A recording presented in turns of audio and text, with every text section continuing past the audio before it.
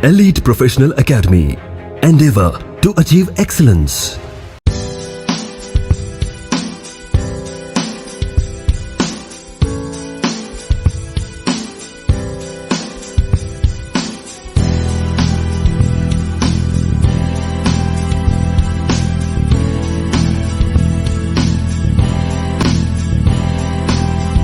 Now हम लोग पढ़ रहे हैं अभी डिसोल्यूशन बाय द कोर्ट, यानी कि कोर्ट के ऑर्डर पे, by the order of the court आप क्या कर रहे हो, डिसॉल्व कर रहे हो। Okay, by the order of court, court के ऑर्डर पे आप डिसॉल्व कर रहे हो। मतलब एक बार कोर्ट का ऑर्डर आ गया तो आपको क्या करना है, डिसकंटिन्यू करना ही है, आपको डिसॉल्व करना ही है।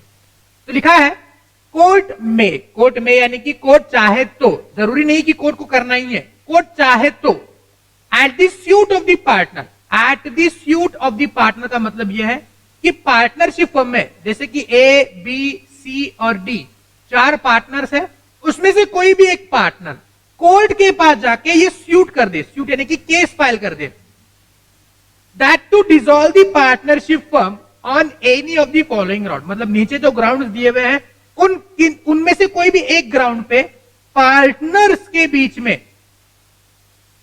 कोई भी एक पार्टनर कोर्ट पे जाकर के केस फाइल कर सकता है, और उस केस फाइल करने के बाद कोर्ट तहकीकात करके आपकी पार्टनरशिप फर्म को डिसॉल्व करने के ऑर्डर पास कर सकता है। ओके, तो पहला ग्राउंड जिसमें कोई पार्टनर कोर्ट के पास जाके सूट फाइल कर सकता है for dissolution, that is insanity और unsound mind of the partner. तो कोई भी पार्टनर, लेकिन वो पार्टनर स्लीपिंग पार्टनर नहीं है, कोई भी पार्टनर, स्लीपिंग पार्टनर को छोड़ के सारे पार्टनर। तो ऊपर हमने जितने प्रकार के पार्टनर्स देखे उनमें से स्लीपिंग पार्टनर को छोड़ के, चाहे वो आपका एक्टिव पार्टनर हो, चाहे वो आपका नॉमिनल पार्टनर हो, चाहे जो भी पार्टनर हो, ओके, अगर मान लेते हैं उनमें से कोई भी एक पार्टनर अगर मान लेते हैं इनसेन हो गया या अनसाउंड हो गया, इनसेन या अनसाउंड का मतलब इंडियन कॉन्ट्रैक्ट एक्ट में डिटेल में पढ़े हुए हैं, तो बात को समझो। कोई भी पार्टनर अगर मान लेते हैं इनसेन हो गया या अनसाउंड माइंड हो गया, और उस रीजन की वजह से अगर पार्टनरशिप फर्म का कोई भी पार्टनर ये चाहता है कि पार्टनरशिप फर्म डिसॉल्व हो जाए, तो वो कोर्ट के पास ऐसी अर्जी डाल सकता है, ऐसा केस फाइल कर सकता है। ठीक है, तो where a partner which is not a sleeping partner, मतलब स्लीपिंग पार्टनर भले ही अनसाउंड हो या इनसेन हो, उससे पार्टनरशिप फर्म डिसॉल्व नहीं हो सकती। So where a partner not a sleeping partner has become unsound mind, the court में discover the firm on a suit of the partner or by the next friend of the insane partner, temporary sickness is no ground for the dissolution of the firm. मतलब अगर मान लेते हैं कोई एक partner insane हो गया, unsound mind हो गया, और कोई पार्टनर चाहता है कि पार्टनरशिप फर्म डिसॉल्व हो जाए, तो वो उस प्रकार से केस फाइल कर सकता है, कोर्ट तहकीकात करके चाहे तो, में लिखा है चाहे तो वो डिसोल्यूशन ऑफ द फर्म के लिए केस फाइल कर सकती है। लेकिन अगर मान लेते हैं कोई पार्टनर टेम्पररी सिक है, टेम्पररी सिक समझ रहे हो, इनसेन होना या अनसाउंड माइंड होना, इसका मतलब यह है कि उसका परमानेंट इनसेन हो गया, परमानेंट अनसाउंड माइंड हो गया।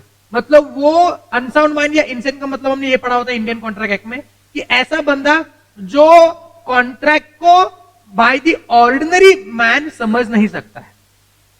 ओके, मतलब कॉन्ट्रैक्ट के टर्म्स एंड कंडीशन को वो समझ नहीं पाता है, उसको बोलता है अनसाउंड माइंड होना, या इसको बोलते हैं इनसेन होना। इनसेन यानी कि पागल हो जाना, उसको कुछ समझ नहीं रहा है, उसका सत विवेक बुद्धि काम नहीं कर रहा है। तो ऐसा बंदा पार्टनरशिप फर्म में होना बड़ा ही हानिकारक होता है, बिकॉज वो पार्टनरशिप फर्म का नुकसान करवा सकता है। तो इसीलिए कोई पार्टनर चाहता है कि नहीं, पार्टनरशिप छोड़ो, पार्टनरशिप फर्म को ही डिसॉल्व कर दो, बिकॉज ये पार्टनर क्या हो गया, बोलो इंसॉल्वेंट हो गया, चाहे वो एक पार्टनर सूट फाइल करे या एक से ज्यादा पार्टनर सूट फाइल करे। लेकिन अगर टेम्पररी सिकनेस है, मतलब मान लेते हैं कोई पार्टनर उसको बहुत बुखार हो चुका है, अब हो सकता है बुखार में लोगों का दिमाग नहीं चलता है, आपने भी ये बहुत बारी फील किया रहेगा, एक्सपीरियंस किया रहेगा कि मान लो किसी को बहुत ज्यादा बुखार होता है, तो वो बंदा टेम्पररी क्या होता है, वो अनसाउंड माइंड हो जाता है, वो समझता नहीं है, वो टेम्पररी कोमा टाइप में चला जाता है। तो ऐसे वाली अगर घटनाएं हुई है तो वो रीजन नहीं होता है कि आप डिसोल्यूशन के लिए केस फाइल करो। तो temporary sickness is will not be the reason for dissolution of the partnership firm. उसके लिए आपको परमानेंट इंसेन या अनसाउंड माइंड होना चाहिए। अब ये कैसे प्रूव करे कि बंदा इंसेन या अनसाउंड माइंड है, तो उसके लिए आप मेडिकल सर्टिफिकेट लेके आओ, पॉइंट क्लियर। कोर्ट थोड़ी ना चेक करते बैठेगा कि वो इंसेन है या अनसाउंड माइंड है, उसके लिए मेडिकल सर्टिफिकेट आएगा, बात खत्म। तो कोई भी बंदा अगर मान लेते इनसेन हो चुका है या अनसाउंड माइंड हो चुका है, in that case other than sleeping partner, तो इन दैट केस पार्टनर्स मिल मिला के कोर्ट के पास जाके केस फाइल कर सकते हैं for dissolution of partnership firm. दूसरा, permanent incapacity. So where partner other than the partner sewing, मतलब ऐसा कोई भी partner other than partner sewing यानी कि जो केस फाइल कर रहा है, has become in any way permanently incapable of performing its duty as a partner, then the court may dissolve the firm. Such permanent incapacity may result from the physical disability or illness. मतलब हो सकता है कोई partner जो है वो coma में चला गया, ओके, और उसको उसके कोमा से बाहर निकलने की संभावना बहुत रेयर है, ओके, या फिर मान लेते हैं कोई पार्टनर है जो फिजिकली मान लो उसका कोई एक्सीडेंट, रोड एक्सीडेंट हो गया, ओके, और वो अभी चलने फिरने के सिचुएशन में नहीं है, तो उसका पार्टनरशिप हमको कोई फायदा ही नहीं है, बिकॉज चल फिर नहीं रह सकता है तो काम कैसे करेगा, जैसा ना। या फिर मान लेते हैं वो इतना बीमार हो चुका है कि वो फिजिकली पूरा डैमेज हो चुका है, ओके, और वो पार्टनरशिप फर्म के काम का कुछ नहीं है, फिर पार्टनरशिप फर्म की ड्यूटीज को परफॉर्म नहीं कर पाता है। उसको अगर हमने कोई ड्यूटी दिया, अगर वो जब सही था तो उसको हमने पार्टनरशिप फर्म में कुछ काम दिया होता कि तुम ये काम करोगे, मार्केटिंग का काम करोगे, प्रोडक्शन का काम देखोगे, सेल्स का काम देखोगे, जो भी काम देखोगे, एचआर का काम देखोगे। अब वो उस लायक नहीं है फिजिकली, तो पार्टनर्स क्या कर सकते हैं, ये सोच करके कि अब ये पार्टनर परमानेंटली इनकैपेसिटी, उसकी इनकैपेसिटी आ चुकी है कि वो पार्टनरशिप फर्म के ड्यूटीज को परफॉर्म नहीं कर सकता है, तो इस रीजन की वजह से वो कोर्ट में जाके अर्जी डाल सकते हैं कि इस पार्टनरशिप फर्म को डिसॉल्व कर दो। तो पहला इंसैनिटी और अनसाउंड माइंडनेस, यहां पे बस याद रखना कि temporary sickness will not be the reason for dissolution, और दूसरा परमानेंट इनकैपेसिटी, ओके, तो पहला इंसैनिटी या अनसाउंड माइंडनेस और दूसरा परमानेंट इनकैपेसिटी। तीसरा मिसकंडक्ट, अगर मान लेते हैं कोई partner other than sewing partner यानी कि जो केस फाइल कर रहा है,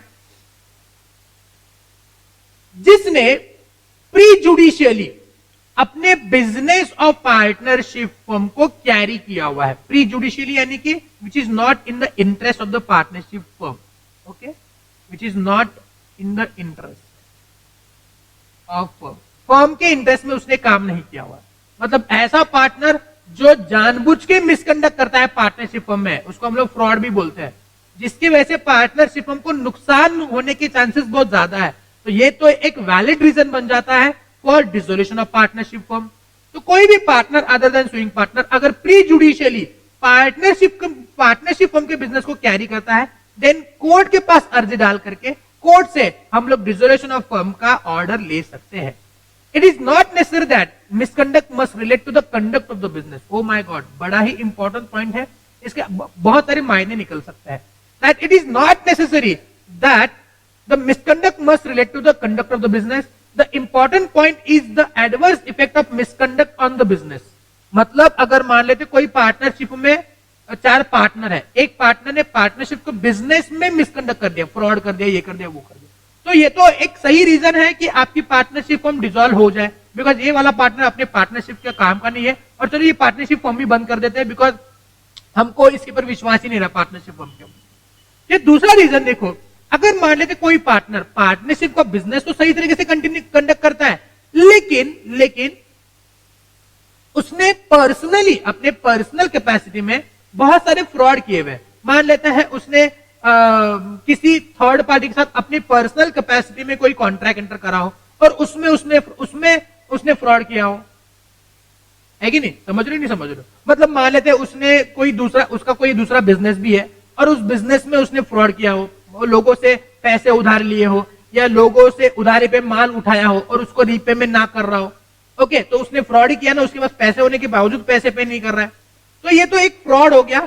अब वो बंदा अपनी पर्सनल कैपेसिटी में ये सारे फ्रॉड कर रहा है, तो लेकिन बाकी लोग जो पार्टनरशिप फर्म के साथ जुड़े हुए हैं, जो पार्टनरशिप फर्म के साथ बिजनेस करते हैं, वो तो उस पर्टिकुलर पर्सन को इस पार्टनरशिप फर्म का पार्टनर मानते हैं, तो उसका जो मिसकंडक्ट है उसका एडवर्स इंपैक्ट पार्टनरशिप फर्म के बिजनेस पे तो होगा ना, बिकॉज ये पर्सन और ये पार्टनर दोनों अलग अलग लोग नहीं है, एक ही लोग है, चाहे वो बिजनेस और पार्टनरशिप फर्म में मिसकंडक्ट करे या पर्सनल कैपेसिटी में मिसकंडक्ट करे, बात तो एक ही होगी ना, yes or no, for the purpose of hampering the goodwill of the partnership firm. तो हो सकता है पार्टनरशिप फर्म के बिजनेस के ऊपर इसका इफेक्ट आए. तो द इंपॉर्टेंट पॉइंट इज कि what is the adverse effect of the misconduct on the business of the partnership firm of the activity of the partner, misconduct of the partner, even if that is relating to the business of the partnership firm, or it will relate other than activity which is not other than the activity of the partnership firm business. In each case, the nature of the business will decide whether an act is a misconduct or not. मतलब particular जो उसने काम किया है वो misconduct है या नहीं है, वो उसके एक्टिविटी पे डिपेंड करेगा. तो तीसरा पॉइंट हमने पढ़ लिया, दैट इज मिसकंडक्ट. तो पहला पॉइंट हमने देख लिया, दैट इज कि अगर मान लेते हैं कोई पार्टनर इनसेन हो गया या अनसाउंड माइंड हो गया, दूसरा परमानेंट इनकैपेसिटी हो गई उसकी, और तीसरा उसने मिसकंडक्ट कर लिया. और मिसकंडक्ट में हमने इंपॉर्टेंट पॉइंट ये पढ़ लिया, दैट इज कि अगर मान लेता है वो पार्टनरशिप फर्म के बिजनेस के लिए मिसकंडक्ट कर रहा, पार्टनरशिप फर्म के बिजनेस को कंडक्ट करने के टाइम पे मिसकंडक्ट करे, या फिर वो अपने पर्सनल कैपेसिटी में भी कोई मिसकंडक्ट करे, तो उसका इफेक्ट पार्टनरशिप फर्म के बिजनेस पे होगा. और इसीलिए इस ग्राउंड पे कोई भी पार्टनर केस फाइल कर सकता है अंदर in the court for dissolution of partnership firm. Next one, persistent breach of agreement. Now what do you mean by this? Where a partner other than the partner suing willfully or persistently commits a breach of agreement relating to the management of the affairs of the firm or the conduct of its business, or otherwise so conduct himself in a manner relating to the business that is not reasonably practical for other partners to carry on the business in the partnership with him. मतलब जैसे हमने पढ़ा हुआ था कि partnership में deed होती है, डीड में हम लोग हर एक पार्टनर के राइट्स और उसके ड्यूटीज को डिफाइन करते हैं, और इन्हीं राइट्स एंड ड्यूटीज के हिसाब से उसने काम करना है. हर एक पार्टनर के अपने राइट्स अपने ड्यूटीज होंगे, ये पार्टनर ये कर सकता है, वो पार्टनर वो कर सकता है, वगैरह वगैरह. अब इस डीड में जो भी टर्म्स एंड कंडीशंस है, अगर मान लेते कोई पार्टनर कंटिन्यूअसली, परसिस्टेंटली और विलफुली जानबूझ के इन टर्म्स एंड कंडीशंस को कर रहा है ब्रिज.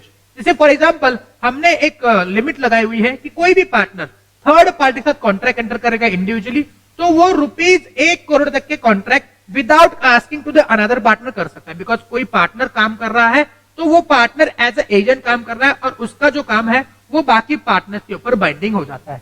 लेकिन जैसे ही आपका कॉन्ट्रैक्ट का वैल्यू 1 करोड़ से ऊपर हो जाता है, then you have to get the consent of all partner. जब तक आप बाकी पार्टनर का कंसेंट नहीं लेते हो तब तक आप कॉन्ट्रैक्ट एंटर नहीं कर सकते. और एक पार्टनर ऐसा है जो जानबूझ के बिना बाकी पार्टनर्स को पूछे हुए 1 करोड़ से ज्यादा की कॉन्ट्रैक्ट अपने आप एंटर कर रहा है. अब इससे क्या होगा, इससे वो पार्टनरशिप हम लायबल हो जाएगी for the acts of the partner as an agent.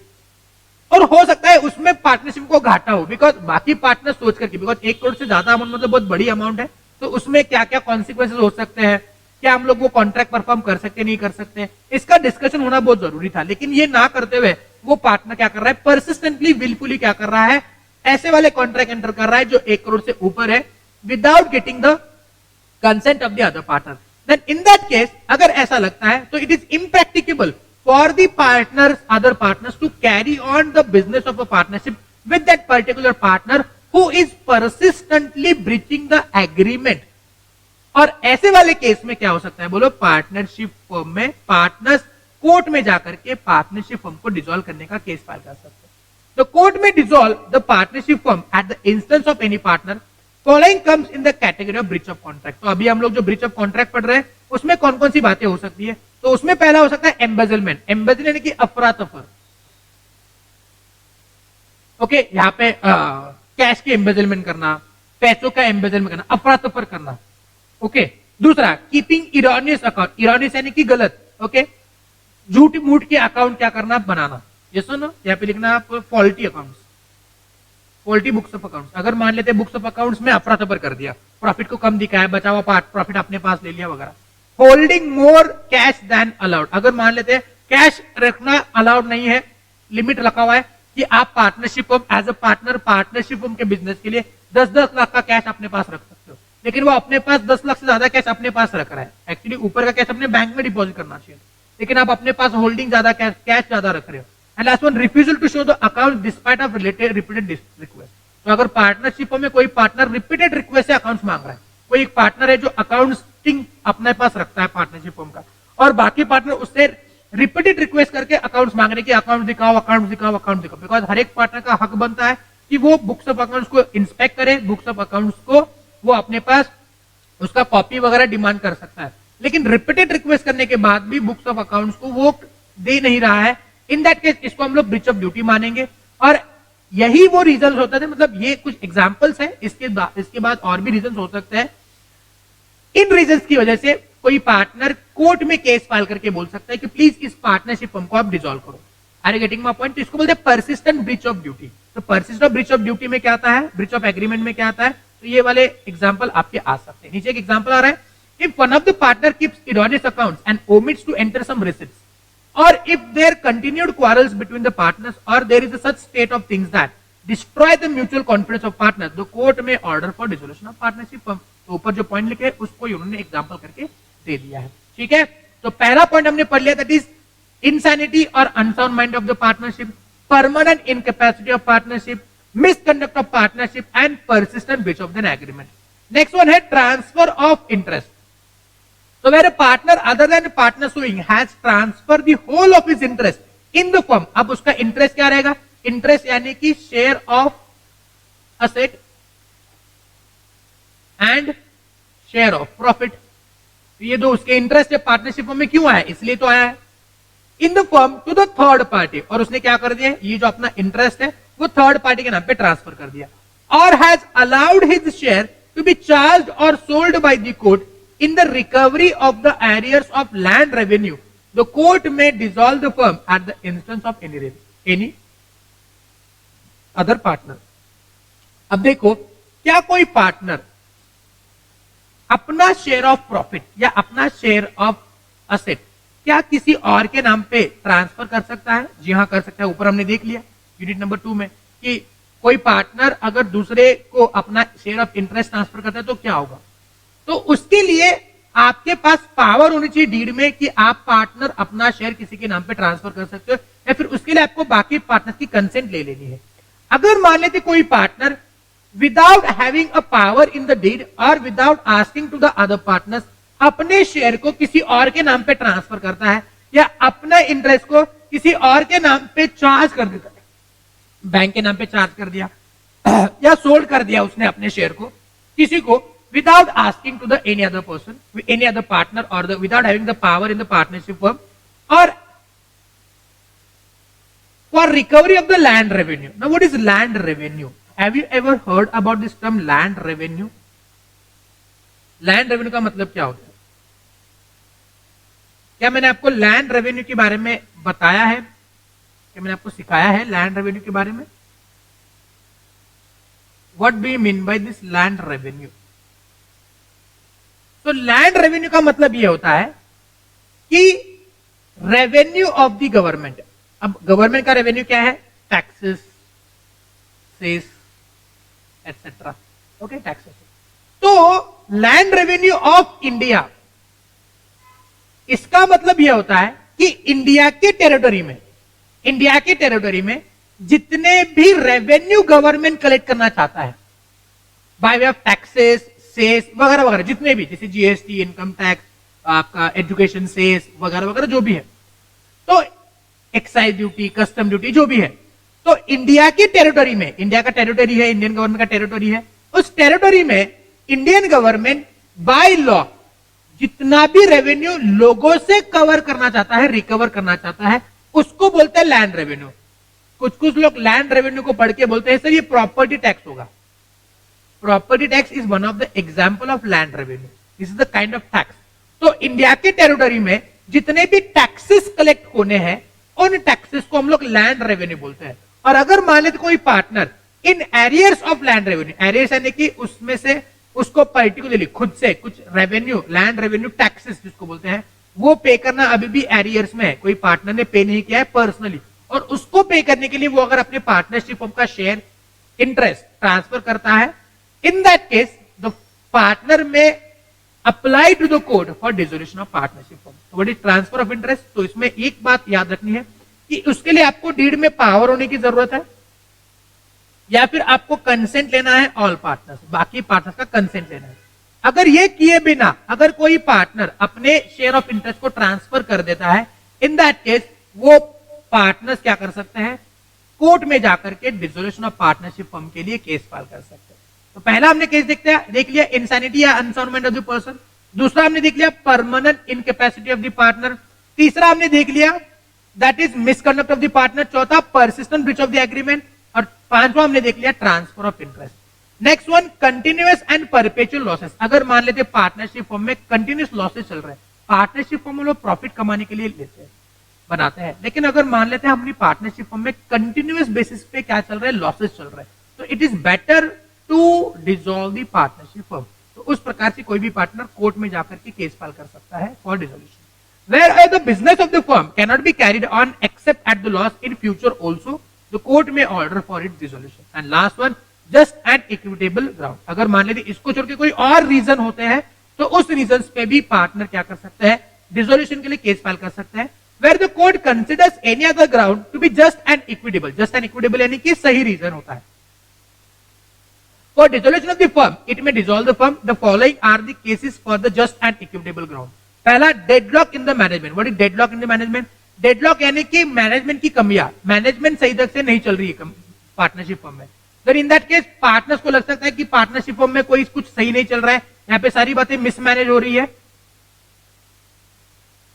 Mismanagement हो रही है। In that case partnership firm को डिसॉल्व करा जा सकता है। दूसरा, where the partners are not in talking terms between them, यानी कि पार्टनरशिप फर्म अपने पार्टनरशिप फर्म के टर्म्स के हिसाब से काम नहीं कर रहे हैं, यहां पे हम बोल सकते हैं breach of the terms, breach of terms. Okay, उसके बाद loss of सब्सटेंट्रम। Now what do you mean by this loss of सब्सटेंट्रम? Do you know anything about this सब्सटेंट्रम?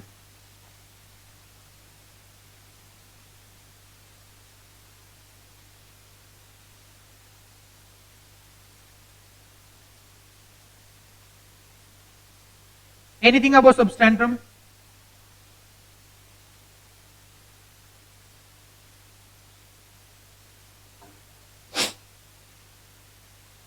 तो सबस्टैंट्रम का मतलब ये होता है कि लॉस ऑफ ऑब्जेक्ट, उसको कॉमनली बोलते हैं लॉस ऑफ ऑब्जेक्ट। मतलब क्या है कि अगर मान लेते हैं if we cannot carry the business or the purpose for which the partnership was formed, तो जिस पर्पस के लिए, जिस ऑब्जेक्ट के लिए आपने पार्टनरशिप फर्म फॉर्म की थी, वही अगर ऑब्जेक्ट या पर्पस आप कंटिन्यू नहीं कर सकते हो, चाहे उसका रीजन जो भी हो, तो इन दैट केस आप अपनी पार्टनरशिप फर्म को डिसॉल्व कर लो। और last one, gambling bye partner on a stock exchange. तो पार्टनरशिप फर्म के प्रॉपर्टी को यूज करके कोई पार्टनर अगर स्टॉक एक्सचेंज में गैम्बलिंग करता है, ओके, तो इन दैट केस पार्टनरशिप फर्म को डिसॉल्व करने के लिए केस फाइल हो सकता है बाय एनी पार्टनर। तो ये रहा आपका क्या बोलो, डिसोल्यूशन बाय द कोर्ट। तो यहाँ पे देखो, पहला reason insanity of the partner, उसके बाद मिसकंडक्ट ऑफ द पार्टनर। हाँ, इंसैनिटी में हमने ये बात पढ़ी हुई थी कि temporary sickness will not be the reason. Misconduct हमने ये पढ़ा हुआ था कि कोई पार्टनर अगर मिसकंडक्ट करता है, चाहे वो बिजनेस ऑफ द पार्टनरशिप या पर्सनली, ठीक है। परमानेंट इनकैपेसिटी, ये हमने पढ़ा हुआ कि अगर मान लेते वो फिजिकली इनकैपेसिटेड हो चुका है for performing the duties of the partnership, तो पार्टनरशिप हम डिसॉल्व हो सकती है। Next one, persistent breach of the agreement. अगर मान लेते कोई पार्टनर विलफुली परसिस्टेंट ब्रीच कर रहा है पार्टनरशिप फर्म के बिजनेस का, तो इन दैट केस आपकी पार्टनरशिप डिसॉल्व होगी। Transfer of interest without asking to the partners और without having power in the deed, अगर वो अपने इंटरेस्ट को ट्रांसफर करता है तो। उसके बाद कंटिन्यूअस लॉसेस, अगर पार्टनरशिप फर्म कंटिन्यूअस लॉसेस में चल रही है, in that case also in future also अगर पार्टनरशिप फर्म अगर लॉस में जाने वाली है ऐसा लगता है, तो पार्टनरशिप को डिसॉल्व करेंगे। एंड यहाँ पे जस्ट इक्विटेबल ग्राउंड, तो जस्ट इक्विटेबल ग्राउंड में 4 ग्राउंड थे। तो पहला ग्राउंड हमने पढ़ लिया, दैट इज अगर मान लेते हैं पार्टनरशिप फर्म के मैनेजमेंट में डेडलॉक आ गया। दूसरा, अगर मान लेते हैं ब्रीच ऑफ टर्म्स हो गया। तीसरा, अगर मान लेते loss of सब्सटेंट्रम, okay. And last one, stock exchange का गैम्बलिंग। ओके, तो इन रीजंस की वजह से आपकी पार्टनरशिप फर्म डिसॉल्व हो सकती है। तो ये वो रीजंस है, चाहे वॉलंटरी हो चाहे by the order of court हो। Please mark this chart as important because हो सकता है आपको एग्जाम में सवाल पूछे जाए। बताएंगे यहां तक किसी को कुछ दिक्कत है in the point of dissolution of the firm by the order of the court. एक काम करेंगे, सारे के सारे पॉइंट अभी के अभी पढ़ लेंगे। Come on, read all this points.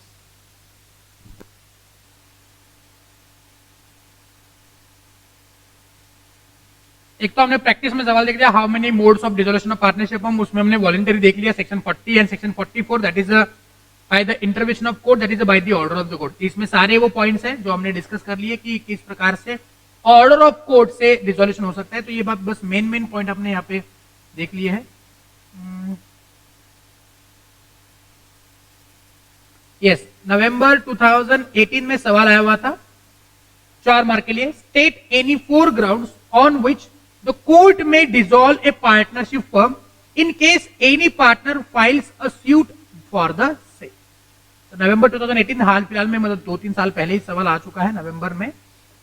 So there are 4 grounds as mentioned in section 44. पहला, insanity and unsound mindedness of the partner, permanent incapacity, misconduct, persistent breach of agreement। तो यहाँ पे 4 मार्क के लिए सवाल पूछा है, तो आपने 4 पॉइंट लिख करके आ जाना है, ठीक है। तो ज्यादा कुछ लिखने की जरूरत नहीं है, 4 मार्क के सवाल है, 4 लिख के आ जाओ। बाकी और भी सारे पॉइंट है, लेकिन जो मेन पॉइंट्स है वो आप लिख करके आ सकते हो। तो such kind of questions can be asked in examination on this point. और यस, फिर आपको